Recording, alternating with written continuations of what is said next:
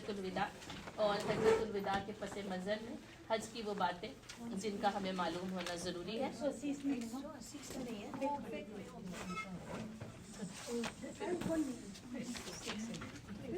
मैंने आप लोगों को कहा था कि आप रहीकुल मखतूम के साथ ये किताब ज़रूर लेकर आइएगा।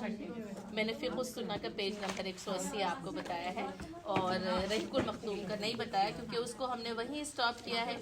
ये 615 है। वैसे 180 पेज हज्जतुल विदा में रहीकुल मखतूम में है हज़ारा, ठीक है। अच्छा, लेकिन ये 615 है और हमने इसको यहीं पर स्टॉप किया है और हम उसकी ज़रूरी बातें पढ़ लें तो इंशाअल्लाह फिर हम नबी सल्लल्लाहु अलैहि वसल्लम के हज को रहीकुल मखतूम से जो है वो मुकम्मल करेंगे। इससे पहले हम पढ़ चुके थे कि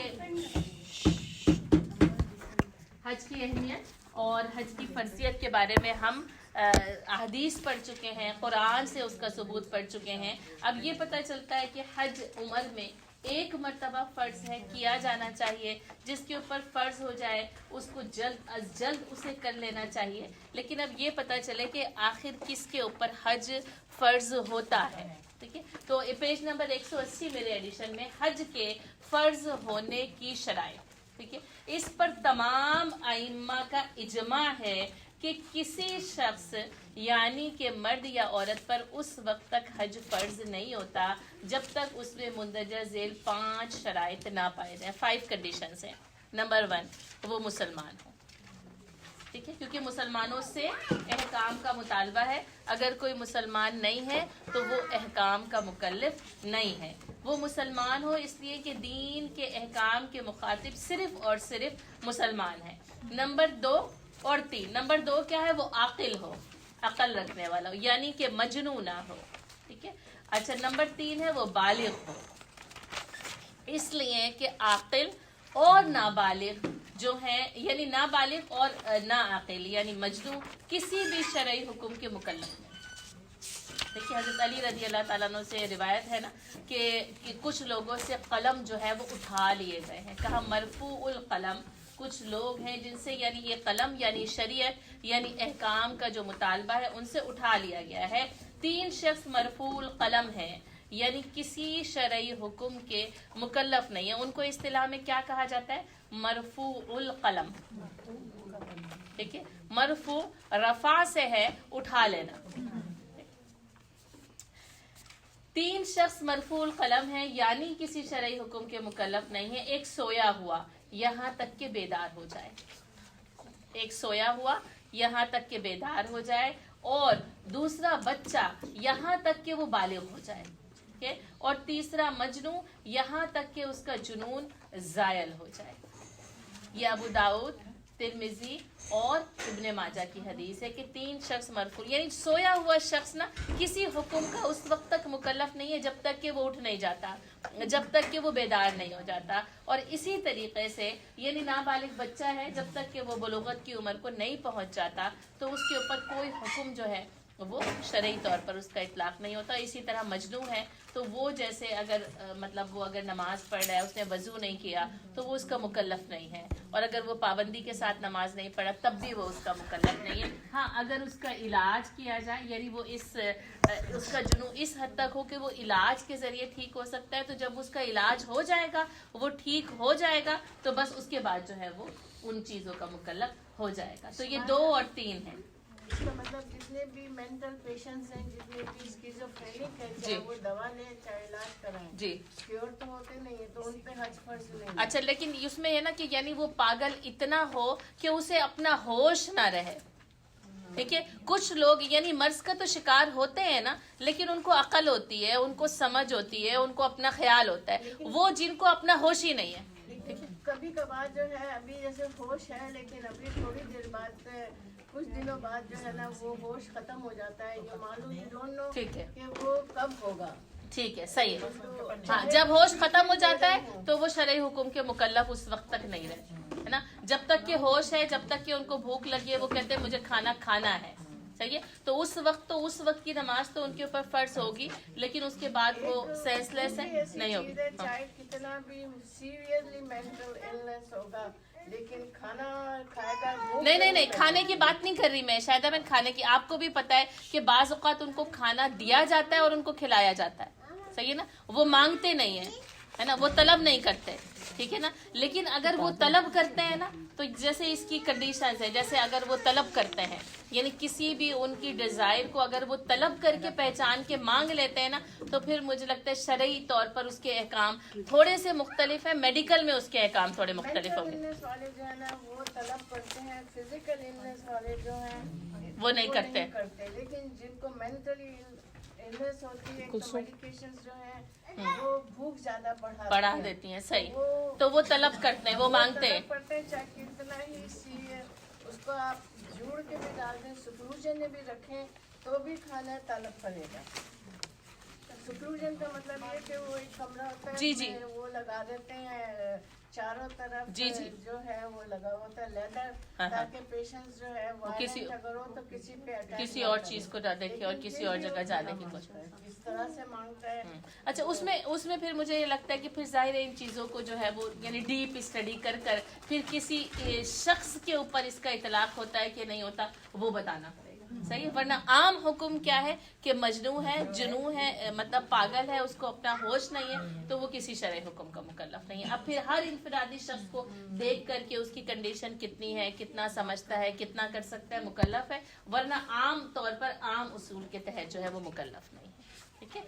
اچھا, نمبر 4, وہ آزاد ہو, ٹھیک ہے. غلام شرعی احکام کا مکلف نہیں ہے, کیونکہ وہ غلامی کا جو دور تھا نا, آقا کے حکم کے مطابق وہ اس کو نئی نماز کے وقت چھوڑتا نہیں پڑھ سکتا, حالانکہ اس کو اتنی سمجھ ہے کہ مجھے پڑھنی چاہیے, لیکن کیونکہ وہ آزاد نہیں ہے تو وہ نہیں پڑھ سکتا, کیونکہ وہ آقا کے حکم کا غلام ہے. وہ آزاد ہو یعنی کسی کا غلام نہ ہو, اور اس لیے کہ حج ایک ایسی عبادت ہے جو کافی وقت اور مال چاہتی ہے, اس میں سواری اور زادِ راہ کی شرط ہے, حالانکہ غلام اس کی استطاعت نہیں رکھتا, پھر غلام اپنی مرضی کا خود بالغ بھی نہیں ہوتا, ٹھیک ہے.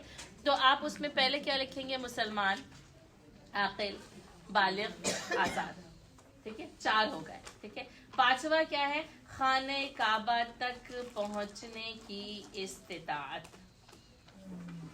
اس لیے کہ اللہ تعالیٰ فرماتا ہے من استطاع الیہ سبیلا, کہ جو کوئی بھی اس تک پہنچنے کی استطاعت رکھے, یعنی اگر کوئی رکاوٹ نہیں ہے نا, جیسے کہ اس دن بھی ہماری بات ہوئی تھی کہ یعنی حج کون سی ہجری میں فرض ہوا, تو اس میں خیر مختلف قسم کے جو ہے وہ یعنی کہ ہمیں رائے جو ہے وہ ملتی ہے. اب آپ دیکھیں یہاں پر لکھا ہوا ہے کہ اگرچہ حج 6 ہجری میں فرض ہو گیا تھا, 2 ہجری سے لے کر 8 ہجری تک کے ہمیں مختلف روایات اس کے اندر ملتی ہیں. اس لیے میں نے اس وقت اس سوال کو روکا بھی تھا, اور میں نے کہا تھا کہ اس کا جواب یعنی یوں نہیں دیا جا سکتا. تو لیکن حج اگرچہ 6 ہجری میں فرض ہو گیا تھا, مکہ معظمہ بھی 8 ہجری میں فتح ہو گیا تھا نا, فتح مکہ 8 ہجری میں ہو گئی, لیکن نبی صلی اللہ علیہ وسلم نے 9 ہجری میں یعنی کہ حج کیا. تو اس سے پہلے حج فرض نہیں تھا. اچھا, 6 ہجری میں یہ صلح حدیبیہ ہوئی ہے نا, یعنی وہاں تک پہنچ گئے, لیکن اب آپ دیکھیں کہ استطاعت وہاں تک تو پہنچنے کی تھی, لیکن خانہ کعبہ کے اندر داخل نہیں ہو سکے نا. تو اس میں سب سے پہلی جو شرط آتی ہے وہ کیا ہے کہ خانہ کعبہ تک پہنچنے کی استطاعت ہو. اور اس میں ہم استطاعت میں آگے جب تفصیل پڑھیں گے تو آپ کو پتہ چل جائے گا کہ استطاعت میں کیا کیا چیزیں شامل ہو جاتی ہیں. ایک تو یہی ہے کہ خانہ کعبہ تک پہنچنے کی جو ہے وہ استطاعت موجود. اب یہ 7واں آ رہا ہے حج کے لیے استطاعت کا مفہوم, کیونکہ وہ چاروں کی چاروں چیزیں آپ کو سمجھ میں آتی ہیں. استطاعت جو ہے وہ تھوڑی سی تفصیل چاہتی ہے. حج کی فرضیت کے لیے استطاعت شرط ہے نا, اور اس استطاعت کے مفہوم میں مندرجہ ذیل امور شامل ہے. نمبر 1 اور 2. نمبر 1 کیا ہے؟ زادِ راہ. نمبر 2 کیا ہے؟ سواری. اچھا, وہ زیادہ راہ سے سواری خریدی جا سکتی ہے, یعنی کہ سواری کا انتظام کیا جا سکتا ہے. تو حضرت ابن عمر رضی اللہ تعالیٰ عنہ سے روایت ہے کہ ایک آدمی کھڑا ہوا اور اس نے سوال کیا, اے اللہ کے رسول صلی اللہ علیہ وسلم, اللہ تعالیٰ کے ارشاد من استطاع الیہ سبیلا میں سبیل سے کیا مراد ہے؟ آپ صلی اللہ علیہ وسلم نے فرمایا زادِ راہ اور سواری. یہ ترمذی کی حدیث ہے. جی, یہی حدیث امام دار قطنی نے حضرت عبداللہ بن عمر بن عاص, ابن عباس, انس اور عائشہ رضی اللہ عنہم واجمعین سے بھی روایت کی ہے. زادِ راہ سے مراد یہ ہے کہ انسان کے پاس رہنے کے گھر اور ضرورت کے سامان کو چھوڑ کر اتنا مال ہو جو اس کی مکہ معظمہ تک آمد و رفت اور وہاں کے مصارف, وہاں پر خرچے کے علاوہ اس کے پیچھے گھر والوں کی گزر اوقات کے لیے کافی. बात, यानी उसके जितने वो अहलो यार, उसके जितनी वो रिस्पॉन्सिबिलिटीज है ना, वो उस दौरान में उनको भी पूरा करने की इस्तिताअत रखता है, और वो खुद भी उस सफ़र के तमाम जो है वो अखराजात, वहाँ पर रहने के अखराजात, वो सब उसके लिए काफ़ी हों। सवारी से मुराद आमदोरफ्त का जरिया है, चाहे ये सवारी उसकी अपनी हो या किराए की हो, यानी ऊंट जो है वो खुद अपना है या फिर उसको किराए पर ले लिया है इतने दिन के लिए, या फिर जैसे कि आप प्लेन आपका अपना नहीं है लेकिन आप टिकट लेकर जो है वो उसमें सवार होकर जाते हैं, या किसी भी तरीके की कोई और भी सवारी, या तो आपने अपनी खुद खरीद ली है, या ये कि आप उसके ऊपर रेंटेड जो है वो किराया टिकट के जरिए जो है वो उसमें जा रहे हैं। सवारी की ये शर्त सिर्फ उस वक्त है जबकि मक्का मुअज़्ज़मा से मुसाफिर दूर हो। ठीक है, अगर मुसाफत कम हो और पैदल चलकर मक्का मुअज़्ज़मा पहुंचना मुमकिन हो तो सवारी की शर्त नहीं है। ठीक है, मत जरूरी नहीं है कि सवारी है ना, मगर पैदल पहुंचा जा सकता है ना, तो फिर पैदल जो है वो उसमें पहुंचा जाएगा, उसमें फिर सवारी की शर्त जो है वो निकल जाएगी। वैसे इस्तिताअत में नंबर 1 ज़ादेरा और नंबर 2 है सवारी। नंबर 3 अमन। ठीक है, अमन, हाजी को रास्ते में किसी जानी या माली नुकसान का खतरा ना हो, खवा सफर खुश्की का हो या समंदर का। अगर रास्ते में खतरा हो तो हज फर्ज नहीं होता। है ना, कितनी आप देखिए कितनी आसानी है ना। अच्छा, इसमें यही है कि रास्ते तक पहुंचने के लिए जैसे आपके पास कानूनी तरीका, कानूनी जरिया मौजूद हो, कोई जैसे इसमें ये भी आए कि कोई जालिम बादशाह ने आपका रास्ता ना रोक रखा हो। एक रिवायत के ये अल्फाज आते हैं कि किसी जालिम बादशाह ने आपका रास्ता ना रोक रखा हो, यानी आप फिर वो अपनी आज़ादी के साथ और हर तरीके की, जिसको आप कहते हैं ना पीस ऑफ माइंड के साथ, है ना, यानी इत्मानियत क़ल्ब के साथ आप हज तक जाएं तो फिर जा सकते हैं।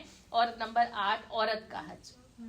अब ये भी क्योंकि इस्तिताअत की शर्त में है तो इन्होंने इसको अलग से नकल कर दिया है।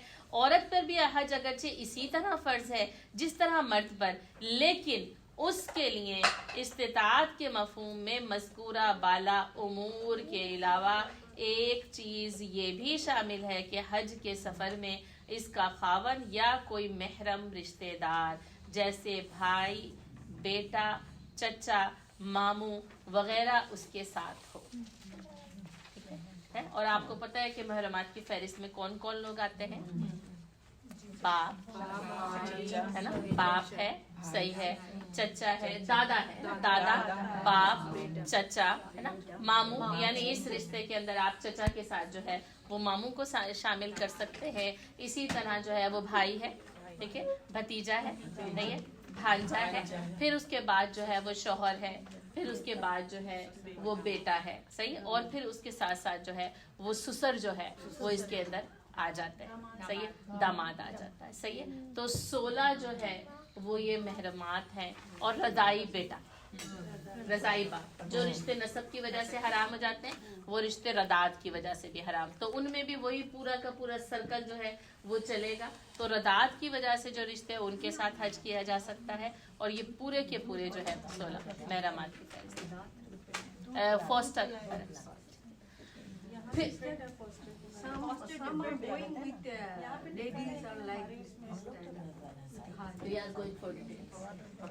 अगर उसके साथ उसका खावन या कोई भी महरम रिश्तेदार ना हो तो उस पर खुद हज करना फर्ज नहीं। इस्तिताअत की शर्त ही पूरी नहीं हुई, नंबर है, सही है। ये शर्त उस वक्त है जबकि मक्का मुअज़्ज़मा की मुसाफत 3 दिन या उससे ज्यादा की हो। अगर मुसाफत 3 दिन से कम की हो तो खावन या महरम रिश्तेदार की शर्त नहीं, फिर वो अकेले सफर करके जा, जैसे हमने पहले सवारी की शर्त में पढ़ा कि अगर पैदल जाया जा सकता है तो फिर सवारी की शर्त बाकी नहीं रहती। हज़रत अबू हुरैरा रज़ी अल्लाह ताला अन्हु से रिवायत है कि नबी सल्लल्लाहु अलैहि वसल्लम ने फरमाया, किसी औरत के लिए जो अल्लाह और आखिरत के दिन पर ईमान रखती हो, ये जायज़ नहीं है कि वो 1 दिन और 1 रात का सफ़र अपने घर वालों में से किसी महरम रिश्तेदार के बगैर करे। दूसरी रिवायत में सिर्फ 1 रात का, तीसरी रिवायत में 3 दिन और 3 रात का जिक्र है। बुखारी, मुस्लिम, अहमद, मालिक, तिरमिजी, इब्न माजा और इब्न खुज़ैमा की हदीस है। हजरत इब्ने अब्बास रजी अल्लाह ताला अन्हु से रिवायत है कि नबी सल्लल्लाहु अलैहि वसल्लम ने फरमाया कोई औरत महरम के बगैर सफर ना करे। नबी सल्लल्लाहु अलैहि वसल्लम की खिदमत में एक आदमी ने हाजिर होकर अर्ज किया, मैं फला गज़वे में अपना नाम पेश कर चुका हूँ और मेरी बीवी हज पर जा रही है। आप सल्लल्लाहु अलैहि वसल्लम ने फरमाया लौट जाओ और अपनी बीवी के साथ हज करो। तो इसका मतलब है कि ये जो आजकल जाते हैं ग्रुप्स के साथ, तो फिर ये तो जाए। मैंने कहा था क्वेश्चन मैं कोई नहीं लूंगा, मैं ये बात पहले ही बता चुकी हूँ कि इस हज के पूरे असबाब में मैं क्वेश्चन कोई नहीं लूंगी, ठीक है। तो ये बुखारी, मुस्लिम और अहमद की हदीस है, ठीक है। अब इसमें यानी 3 आइम्मा जो हैं वो यानी इमाम मालिक रहमतुल्लाह अलैह, इमाम अबू हनीफा रहमतुल्लाह अलैह और इमाम अहमद बिन हम्बल रहमतुल्लाह अलैह, यही जो है वो यानी तहकीक है और इसी के ऊपर जो है वो उनका इजमा है। लेकिन इमाम शाफई रहमतुल्लाह अलैह का जो है वो थोड़ा सा इससे मुख्तलिफ है। और यानी इमाम मालिक के नज़दीक तो औरतों की यानी एक बड़ी जमात अगर जा रही है तो वो उस जमात के साथ जा सकती है, और इमाम शाफई के नज़दीक जैसे अगर वो किसी औरत के साथ जा सकती है, वरना इस पर खुद हज करना जो है वो फ़र्ज होगा। और उसके लिए वो जो इस किताब में नहीं लिखा हुआ लेकिन मुझे दूसरे ज़राए से पता है, उसके लिए जो इमाम शाफई ने हद मुकर्रर की है वो 45 ईयर्स है ना। यानी 45 ईयर्स के बाद वो कहते हैं रास्ता पुरअमन हो तो वो औरत एक काफले के साथ जा सकती है, जबकि काफले में उसकी हर तरह की हिफाजत का इंतजाम मौजूद, जैसा कि उमूमन काफलों में होता है, जैसा कि उमूमन जो है वो ग्रुप्स में ऐसा होता है। तो हमें ये वाली इजाज़त जो मिलती है ना, तो इस इजाज़त से जो है वो हर दौर में फिर औरत जब, अब आप देखें कि वाकई इतना इमाम शाफी रहमतुल्लाह अलैह का जो शुमार है दुनिया के 10 बेहतरीन दिमागों में होता है ना। तो अब अगर उसमें आप उसकी हिकमत देखें और उसकी गहराई देखें तो वाकई यानी 45 ईयर्स के बाद औरत इतनी समझदार हो जाती है, इतनी मजबूत हो जाती है कि अपना दिफा खुद कर सकती है। यानी इस बात का इम्कान 100% नहीं मैं कह रही, इस बात का इम्कान कम से कम मौजूद है कि उसे कोई बहका दे, है ना। यानी वो जो कुछ भी करेगी खुद अपनी विल से करेगी। लेकिन अगर आप देखें, और आज के दौर के फितने में एक बहुत बड़ा फितना ये है कि सऊदी हुकूमत कह ले या सऊदी शरीयत कह ले, है ना, उसने टीन एज को उम्रे का वीजा देना शुरू कर दिया। ऑलरेडी डन जी, बिल्कुल बिल्कुल हो चुका है, ये 2 साल पहले हो चुका है, ठीक है। तो ये बात जो है ना वो शरीयत से टकराती है, मैं आपको ये बता दूं, है ना, क्योंकि सऊदी शरीयत के आगे सर तस्लीम खम नहीं करना। सऊदी हुकूमत या कोई हुकूमत, मैं सिर्फ उसकी बात नहीं करी, क्योंकि शरीयत हमें उसूल देती। अब आप देखें टीन एजर्स के अकेले जाने में कितने ज्यादा फितनों का अंदेशा मौजूद है। वो समझदार नहीं होती बच्चियां, वो तो एक अच्छे, और उनके पास इस दुनिया में जो फ्रीडम ऑफ स्टाइल या फ्रीडम ऑफ स्पीच या फ्रीडम ऑफ लाइफ जो है, अब वो उसमें ये उनकी ये सोच यकीनन हो सकती है कि हम हर काम करने के लिए अकेले जा सकते हैं, तो हम उम्रा और हज करने के लिए अकेले क्यों नहीं जा सकते ना। यानी उनकी तरफ से आपके पास ये सवाल आ सकता है कि हम तो एक अच्छा काम करने के लिए जा रहे हैं, हम तो इतनी बड़ी नेकी का काम करने के लिए जा रहे हैं, लेकिन बात यही है कि नेकी तो वो नेकी है जो अताअत के साथ होगी, है ना, जो अल्लाह और उसके रसूल के हुक्म के साथ होगी। वरना कोई नेकी नोकी नहीं है। डाकू भी डाका डालता है, वो कहता है मैंने गरीब की शादी करानी है, तो क्या ये सही सोच है ना। वो कहता है मैं तो अमीरों की तिजोरियां इसलिए लूटता हूँ कि मैं गरीबों के जो है वो पेटों को भरता हूँ। तो कोई भी यानी अकल जो है वो इस बात को सही नहीं करार देगी ना। तो नेकी वो नेकी है जो मारूफ के साथ हो, जो अताअत के साथ हो, जो अल्लाह और उसके रसूल के हुक्म के साथ हो। और आप में हर कोई, जैसे मैंने उस दिन भी कहा था कि माओं से ज्यादा अपनी बेटियों का खैर ख्वाह जो है वो कोई और नहीं हो सकता। तो हम सबको पता है कि बेटियां जब घर से निकलती हैं तो माओं के दिल जो है वो कैसे धड़कते हैं जब तक कि वो अमन की जगह ना पहुंच जाए, वापस ना आ जाए। और ये कि स्कूल कॉलेज जाना आना ये एक बिल्कुल एक अलग जो है वो ताल्लुक है इस चीज़ का। और हज और उम्रे के सफ़र में या किसी और भी ऐसे तवील सफ़र के ऊपर जाना ये सही नहीं। और अगर आपके पास इस्तेताअत है तो आप जाएं खुद। अगर कॉलेज स्कूल की तरफ से भी कोई ट्रिप है तो मैं तो माओं को यही कहती हूँ, नहीं मना करें, आप खुद जाएं उनके साथ, क्या फ़र्क पड़ता है।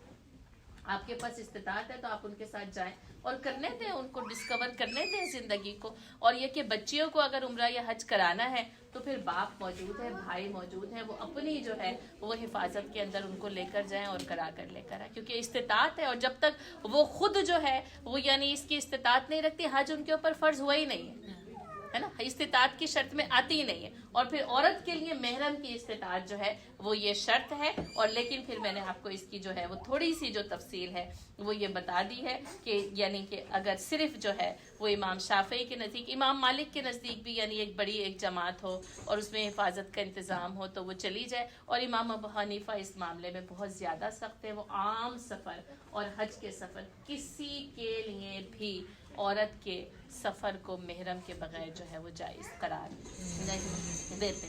नंबर 9, बच्चे का हज। जैसे हमने बात की मर्द की, बात की औरतों की, अब बच्चे भी जाहिर है कि हमारी कम्युनिटी का एक हिस्सा है। जाते हैं, आपको 6 महीने का बच्चा भी हज में मिल जाएगा, 2 साल का, 6 साल का, 8, 10, 11 साल का बच्चा आपको हज में मिल जाएगा। इस पर इजमा है कि बच्चे पर अगरचे हज फ़र्ज नहीं है, इस्तिताअत नहीं आई ना, आकिल भी नहीं हुआ, बालिग भी नहीं हुआ ना, लेकिन अगर वो हज करे तो इसका नफली हज हो जाएगा और उसका उसे सवाब मिलेगा। ठीक है। हज़रत साइद बिन यजीद से रिवायत है कि जिस साल नबी सल्लल्लाहु अलैहि वसल्लम ने हज्जतुल विदा फरमाया, मुझे भी हज कराया गया, हालांकि मैं उस वक्त 7 साल का था। देखिए, तो बच्चे भी उसमें शरीक थे। ये बुखारी, अहमद और तिरमिजी की हदीस है। हज़रत जाबिर रज़ी अल्लाह ताला अन्हु से रिवायत है कि हमने नबी सल्लल्लाहु अलैहि वसल्लम के साथ हज किया और हमारे साथ औरतें और बच्चे भी थे। हमने बच्चों की तरफ से खुद तलबिया और रमी जिमार किया। अहमद और इब्ने माजा, क्योंकि जाहिर है वो आकिल नहीं है ना, तो उनको नहीं पता कि तलबिया हमेशा जो है वो पढ़ना है या रमी किस तरीके से करनी है। तो फिर उनके जो बड़े उनके साथ थे उन्होंने उनकी तरफ से उन अरकान को अदा किया।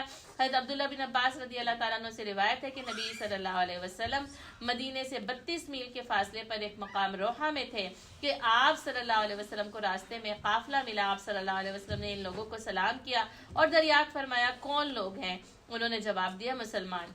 इन लोगों ने दरियाफ्त किया, आप लोग कौन हैं? आप सल्लल्लाहु अलैहि वसल्लम ने फरमाया, मैं अल्लाह का रसूल हूँ। एक औरत इस ख्याल से डरते हुए भागी आई कि कहीं मौका हाथ से ना निकल जाए और अपने एक बच्चे का बाजू पकड़कर उसे ऊंट के कजावे से बाहर निकालते हुए दरियाफ्त करने लगी, ए अल्लाह के रसूल सल्लल्लाहु अलैहि वसल्लम, क्या इसके लिए भी हज है? फरमाया, हाँ, और तुम्हारे लिए अजर है, यानी कराया जा सकता है और तुम्हारे लिए अजर है, यानी इस बच्चे को हज करने का सवाब मिलेगा और तुम्हें हज कराने का। ये अहमद, मुस्लिम, अबू दाऊद और नसाई की हदीस है। और इस पर भी एक गैर मारूफ फिरके के सिवा सबका इत्तेफाक है कि अगर किसी बच्चे ने बचपन में हज किया हो और बड़े होकर उस पर हज फर्ज हो जाए तो उसके लिए दोबारा हज करना ज़रूरी है, क्योंकि जाहिर है उसका जो फ़र्ज हज होगा वो अपना फ़र्ज हज जो है वो दोबारा अदा करेगा, उसका बचपन का हज काफ़ी ना होगा। हज़रत इब्ने अब्बास रज़ी अल्लाह ताला अन्हु से रिवायत है कि नबी सल्लल्लाहु अलैहि वसल्लम ने फरमाया, जिस बच्चे हज किया और फिर वो बालिग हो गया तो उसे दूसरा हज करना चाहिए। ठीक है, इस पर इत्तेफाक है कि वो हज उसके फर्ज हज के लिए काफी नहीं होगा, लेकिन हज हो जाएगा, उसे भी उसका सवाब मिल जाएगा जो उसके माँ बाप ने उसके लिए जो भी कोई यानी पैसे भी खर्च किए, मुशक्कत भी की, उसको भी जो है वो उसका अजर मिल जाएगा। हज में नियामत, ठीक है, अब ये हो गया यानी मर्द का भी, औरत का भी, बच्चे का भी। अब ये जो सवाल आता है ना, बदन, हज में नियामत। नंबर 1, हज की फर्जियत के लिए सेहत और तंदुरुस्ती शर्त नहीं है। अभी हमने शर्त पढ़ी ना 4, है ना, हमने क्या पढ़ा? मुसलमान होना चाहिए, आकिल होना चाहिए, बालिग होना चाहिए और इस्तिताअत, 4 शराइत है ना। अब उसमें वहां पे सेहत और तंदुरुस्ती शर्त नहीं, ठीक है। लिहाजा अगर कोई शख्स मालदार हो, यानी उसके ऊपर ये इस्तिताअत है, मगर वो इतना कमजोर, बूढ़ा, मफलूज, है ना, या दायमी मरीज हो कि खुद हज की मुशक्कत बर्दाश्त ना कर सकता हो, तो उसके लिए खुद हज ना करना तो सही है, मगर उसके लिए ये जरूरी है कि अपनी तरफ से किसी दूसरे शख्स को, ख्वाह उसका बेटा या कोई और, हज कराए। मर्द की तरफ से औरत और औरत की तरफ से मर्द भी हज कर सकते हैं, जिसको हम आम मायनों में हज बदल कहते हैं। लेकिन यहाँ पर खास बात क्या है कि वो शख्स खुद जिंदा है, ठीक है, और वो अपनी तरफ से किसी और को हज कराएगा, जबकि वो इतना बूढ़ा जैसे कहा मफलूज है, कोई दायमी मरीज है, जैसे कि हमें आगे की हदीस से पता चलता है। हजरत फदल बिन अब्बास रदी अल्लाह ताला अन्हु से रिवायत है कि कबीला खुसम की एक औरत ने नबी सल्लल्लाहु अलैहि वसल्लम से दरियाफ्त किया, या रसूल अल्लाह इन्ना फरीदतुल्लाहि अला इबादिही फिल हज, है ना, ये अल्लाह के रसूल, अल्लाह ताला का आयद करदा फरीजा है हज जो है, अदरकता अबी शैखन कबीरा, मेरे बाप को इस हाल में पहुंचा कि वो कबीरा बूढ़ा है, ला यस्तती युज़बित अला राहिला, और वो इतनी उसमें इस्तिताअत नहीं है कि वो सवारी पर जम कर बैठ सके, है ना। अब आप देखें कि कुछ लोगों को बैठने में कितनी मुशक्कत होती है ना, अगर आप उनको कुछ दे खाना खिलाने के लिए बैठाएं तो आपको उनको सहारा देना पड़ता है, बाज़ औक़ात ऐसी इंसान की सेहत की हालत हो जाती है, तो वो इतना बूढ़ा है कि सवारी पर बैठा नहीं रख सकता। अना हज्जान, क्या मैं उसकी तरफ से हज कर लूं? आप सल्लल्लाहु अलैहि वसल्लम ने फरमाया हाँ। ये वाक़या हज्जतुल विदा का है, यानी हज्जतुल विदा के मौके पर ही आप सल्लल्लाहु अलैहि वसल्लम से ये सवाल किया गया और आप सल्लल्लाहु अलैहि वसल्लम ने ये जवाब दिया, यानी इस बिना पर इतना बूढ़ा कमज़ोर मरीज जो कि सवारी पर बैठे रहने की भी ताकत और इस्तिताअत नहीं रखता, तो फिर उसकी तरफ से हज किया जा सकता है। बुखारी, मुस्लिम, अहमद, तिरमिजी, अबू दाऊद, निसाई और इब्ने माजा की ये हदीस है। इस हदीस की बिना पर बूढ़े या कमजोर या बीमार पर, जबकि वो मालदार हो, हज बाहर हाल फर्ज है, क्योंकि हज सेहत और तंदुरुस्ती शर्त नहीं है उसके लिए, तो उस पर बहरहाल हज फर्ज है, ख्वाह वो मालदार उस वक्त हुआ हो जबकि वो माजूर हो चुका था, या उस वक्त जबकि वो अभी तंदुरुस्त और सेहतमंद था। अब यानी मालदार उस वक्त था, सेहत और तंदुरुस्ती की हालत में, हज उस वक्त फर्ज हो गया, लेकिन अब सेहत तो चली गई, लेकिन हज की जो है ना वो इस्तिताअत जो वो है वो इसकात नहीं होगी, वो हमेशा के लिए उसके ऊपर जो है वो फर्ज थी। और या ये कि मालदारी उस वक्त आई जबकि बुढ़ापा या माजूरी जो है वो आ चुकी थी। फर्ज हज सिर्फ उस मरीज की तरफ से किया जा सकता है जिसके सेहतमंद होने की कोई उम्मीद ना हो, ठीक है। जिस शख्स के कोई होप नहीं है कि वो उसकी बीमारी दूर हो सकती है, ठीक है, यानी अब जैसे बुढ़ापा जिसकी वजह से कोई शख्स सवारी पर नहीं बैठ सकता, अब इसकी कोई उम्मीद नहीं है कि वो जवान हो जाएगा, ठीक है बात, क्योंकि अब बुढ़ापा की वो हालत आ गई कि अब सवारी पे बैठे रहने के काबिल नहीं है। जिस शख्स के सेहतमंद होने की उम्मीद हो उसकी तरफ से हज नहीं किया जा सकता। जिस शख्स, इसी तरह मजनू की तरफ से भी हज नहीं किया जा सकता, जैसे कि अभी बात हुई, क्योंकि वो ठीक हो सकता है, क्योंकि वो ठीक हो सकता है, और जब जैसे ही वो ठीक होगा वो खुद अपना हज जो है वो कर लेगा। कैदी की तरफ से भी हज नहीं किया जा सकता क्योंकि वो रिहा हो सकता है, बेशक उसको उम्र कैद हो, लेकिन आपको पता है कुछ ऐसी चीजें होती हैं जिसकी वजह से कैदी की रिहाई जो है वो अमल में आ जाती है। फकीर की तरफ से भी हज नहीं किया जा सकता क्योंकि वो मालदार हो सकता है। अब देखिए कितनी यानी डिटेल में और कितनी बारीकियों के साथ हमें उलमाए कराम ये सारी चीजें बताते हैं, यानी हमें ये लगता है कि बस अगर आसानी है ना तो बस आसानी ही आसानी है। आसानी है कि कोई अगर इतना मजबूर और माजूर और बीमार और बूढ़ा है तो उसकी तरफ से तो कर ले, लेकिन हर किसी की तरफ से नहीं किया जा सकता, है ना। और एक शख्स की तरफ से दूसरा शख्स सिर्फ उस सूरत में हज कर सकता है जबकि वो पहले अपना हज अदा कर चुका हो। हजरत, और ये बात लास्ट क्लास में भी मैंने आपको कही थी, इसमें आपको कोई कंफ्यूजन नहीं होगा और ये सवाल मुझसे दोबारा नहीं पूछा जाएगा, मैं इस सवाल का आपको कभी कोई जवाब नहीं देने वाली। ओके, हज़रत अब्दुल्ला बिन अब्बास रदियल्लाहु ताला अन्हु से रिवायत है कि नबी सल्लल्लाहु अलैहि वसल्लम ने एक आदमी को ये कहते सुना, लब्बैक अन शुब्रिमा, है ना, शुब्रिमा की तरफ से, शुब्रिमा की तरफ से लब्बैक, है ना। आप सल्लल्लाहु अलैहि वसल्लम ने उससे दरियाफ्त फरमाया ये शुब्रिमा कौन है ना। उसने जवाब दिया मेरा एक भाई या रिश्तेदार। आप सल्लल्लाहु अलैहि वसल्लम ने फरमाया क्या तुमने अपनी तरफ से हज कर लिया? उसने जवाब दिया नहीं। फरमाया तो पहले तुम अपनी तरफ से हज करो फिर शुब्रिमा की तरफ से भी हज कर लेना, ठीक है। ये अबू दाऊद, निसाई, तिरमिजी, इब्ने माजा और खुजैमा की हदीस है। यानी ये कि बाज़ औक़ात हम पर नेकी का इतना गलबा होता है ना, तो फिर जैसे कि एक बार कि अपनी वालदा की तरफ से मैं पहले अपनी वालदा की तरफ से हज कर लूं, पहले नहीं, पहले अपना, है ना, क्योंकि पहले इंसान पर अपने जान की जिम्मेदारी है, ہے نا, سب سے زیادہ آپ پر آپ کے نفس کی ذمہ داری واجب ہوتی ہے. وہ فرض ادا ہو جائے نا تو پھر کسی اور کی طرف سے جو ہے وہ فرض ادا, یعنی پہلے اپنا حج کر لو, بعد میں تمہارا استطاعت تو پھر شبریما کی طرف سے بھی حج جو ہے وہ کر لیا جائے. اگر بیمار نے صحت سے مایوس ہو کر اپنا حج کسی دوسرے شخص سے کرا لیا ہو, لیکن بعد میں وہ خود بھی صحت یاب ہو جائے, تو اس کے لیے اپنا حج خود کرنا ضروری ہو.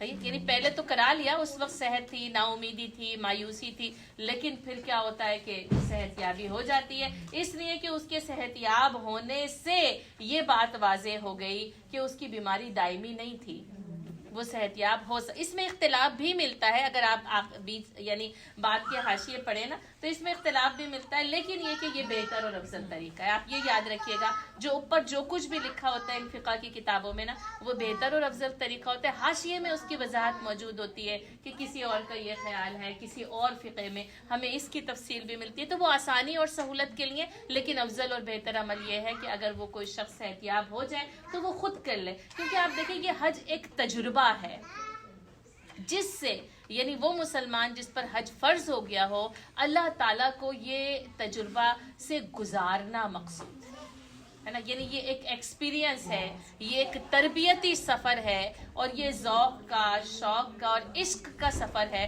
اور اگر آپ کسی اور سے کراتے ہیں اور اگر آپ خود کرتے ہیں, آپ کو پتہ ہے اس میں زمین اور آسمان کا فرق ہوتا ہے. کوئی بھی چیز نا, آپ نے یہاں اسنیک کے لیے کوئی ٹرے کسی اور سے بنائی ہے اور آپ خود پکا کر لے کر آئے ہیں, اتنی چھوٹی سی چیز میں بھی نا زمین اور آسمان کا فرق ہوگا. تو جو حج جیسی جو یعنی شہادت ہے, جو تجربہ ہے, جو مشاہدے کے ساتھ ہے, عین الیقین کی کیفیت کے ساتھ ہے نا, وہ جب تک آپ کو حاصل نہیں ہو سکتی جب تک آپ خود اس کے اوپر سے نہ گزریں. تو اس لیے یہ کہ اگر کسی نے کرا بھی لیا ہے اور بعد میں اس کا وہ عذر دور ہو جاتا ہے تو پھر وہ جو ہے وہ خود جائے اور حج کرے.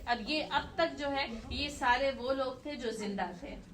یہ جو حج کی نیابت تھی نا, یہ وہ والا حج بدل نہیں تھا جو ہمارے ہاں معروف ہے کہ کسی مرے ہوئے کی طرف سے حج کرنا. یہ کیا تھا, زندہ شخص ہے اور اس کی نیابت کیسے کر سکتا ہے, کوئی اور اس کی طرف سے کیسے حج کر سکتا ہے. اب نمبر 11 اس حج کے چیزوں میں آئی ہے کہ میت کے حج کی فضا.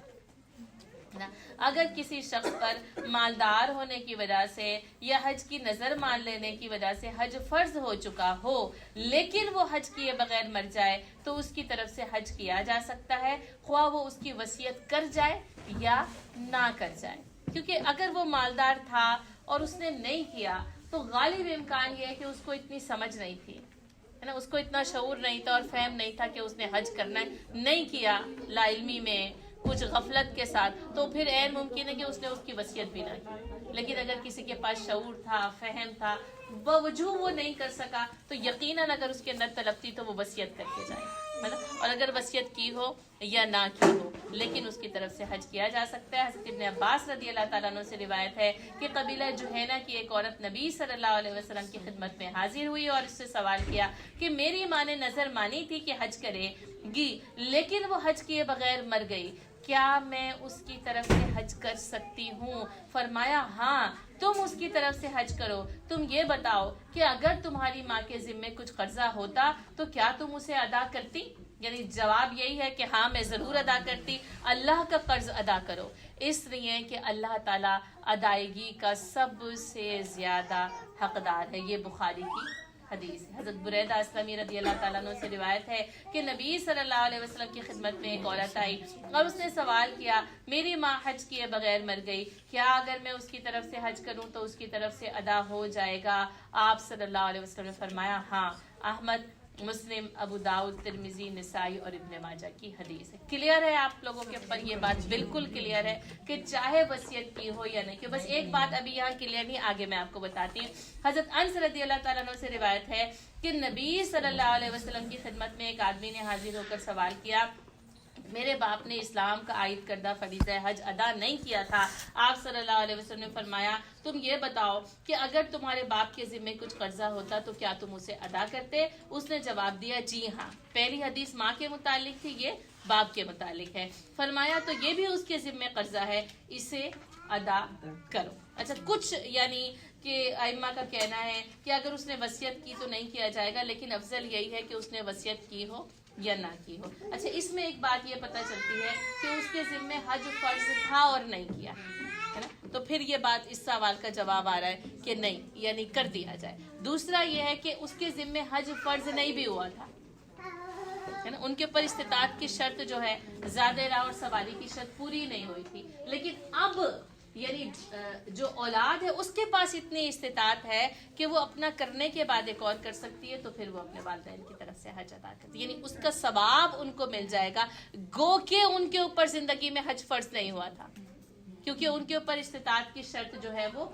कायम ही नहीं हुई थी। एक तो यह है कि किसी के ऊपर था और वो चाहे वसीयत किए बगैर मरा हो या वसीयत करके मरा हो, उसके लिए हज करना जो है वो उसकी तरफ से पड़ेगा। अच्छा, इसमें यही है कि जो विरासत के कवानीन है उसमें भी यही है कि अगर वो मालदार था, इस्तिताअत रखता था, हज नहीं किया, तो उसके छोड़े हुए तरके में से अगर उसका कोई कर्जा है, उसका जो भी तकफीन, तजीज़ तकफीन का खर्चा है वो किया जाएगा, हज किया जाएगा, ठीक है, और फिर बाकी माल जो है वो वारिसों के अंदर तकसीम किया जाए, क्योंकि वो उसका पैसा था ना, और उसने उसके अंदर से उसने करना था, तो उसकी तरफ से जैसे दूसरों का कर्जा अदा किया गया, उसी तरह अल्लाह का कर्जा भी उन्हीं पैसों में से अदा किया जाएगा और उसके बाद वारिसों में तकसीम किया जाएगा। ये उस शख्स के लिए जिसके ऊपर जो है वो यानी फर्ज जो है वो हो गया था, तो उसमें से भी किया जा सकता है। अच्छा, अगर ऐसा ना भी किया गया तो फिर वारिसों के ऊपर ये फर्ज बनता है कि वो अल्लाह का कर्ज जो है वो पहले अदा करें, वो अपनी तरफ से फिर करना चाहें, गो कि उनको विरासत भी मिल गई है,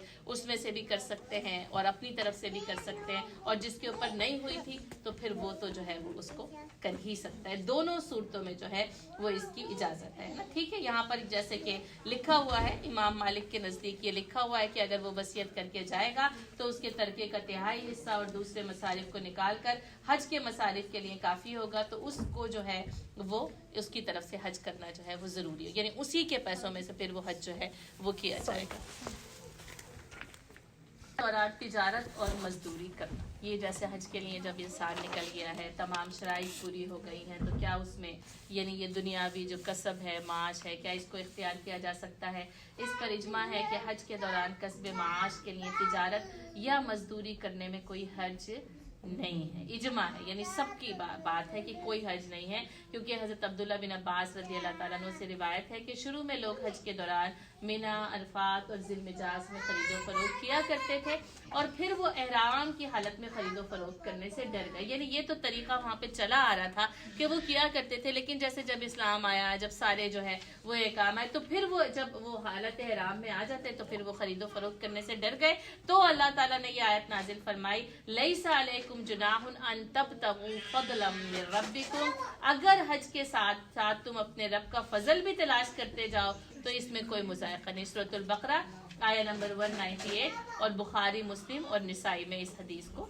नकल किया गया है। अबू उमामा तैमी से रिवायत है कि मैंने हजरत इब्ने उमर रज़ी अल्लाह ताला अन्हु से अर्ज किया कि मैं इस इलाके में यानी हज की जगहों में किराए पर सवारियां देता हूँ, और जैसे कि पढ़ा ना, सवारी है चाहे अपनी खरीद लें या किराए पर, तो वहां पर ऊंट जो है वो किराए पर चलाए जाते थे, क्योंकि हर कोई तो ऊंट खरीदने की इस्तिताअत नहीं रखता था, और एक ऊंट खरीदने की रखता था तो वो उसके घर के कामकाज के लिए होता था। जैसे हमें पता चलता है ना कि हमारे पास एक ही ऊंट है, तो वो घर का कामकाज है, अगर उसको लेकर हज पर चले जाएं तो फिर वो ज्यादा रात तो पुराने यानी अहले खाना के लिए काफी नहीं रहेगा, तो कहा कि मैं किराए पर सवारियां देता हूँ। और बाज लोग मुझसे कहते हैं कि तुम्हारा कोई हज नहीं है। हज़रत इब्ने उमर रज़ी अल्लाह ताला ने फरमाया, क्या आखिर तुम एहराम नहीं बांधते, तलबिया नहीं करते, काबे का तवाफ नहीं करते, अरफात तक नहीं जाते और रमी जिमार नहीं करते? मैंने अर्ज किया क्यों नहीं? फरमाया तो तुम्हारा हज है।